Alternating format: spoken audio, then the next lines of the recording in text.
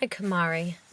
Like I told you last week, you did a great job getting this, all these responses to the questions in. I'm going to read them out loud to you, your answers as well as the questions, because it looks like for a few, you need to be more clear as to what you're trying to say. So we'll take each question and then I'll give you time to rewrite it. So in the first one, it says, in what ways was the enslaved community, an enslaved community is also known as slaves, diverse? So how were the slaves different? How were their backgrounds different, the work they did, and such? So you do bring up that some of them were born in Africa, some of them weren't. So I'm going to read out loud to you your words. So some slave have different job, and some was not born in Africa.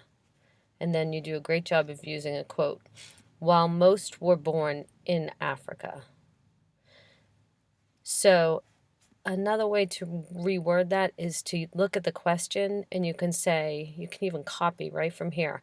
The enslaved community was diverse in that some slaves had different jobs and that some were born in Africa and some were born on the island or in St. Dominique. And you can still use your quote, while most were born in Africa. I'm going to continue to read the rest. There was some slave that was better growing thing than other.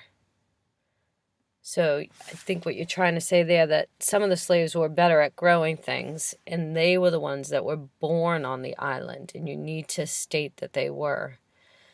Because you do a good quote here, but you're not specifying that it's the slaves that were born on the island that were better at growing things. Here's the quote. In part, this was because they were more accustomed to grow their own crop. And I believe it's growing their own crop. And then the last sentence. The slave on the land was tread better because they was born on the land. So just listen to the wording. I'm going to get more into the grammar, but try to read your words out loud, because when you say the words to me, you say them perfect. But when you're writing it, you just have to get the right, to make the words sound just like the words that you're saying.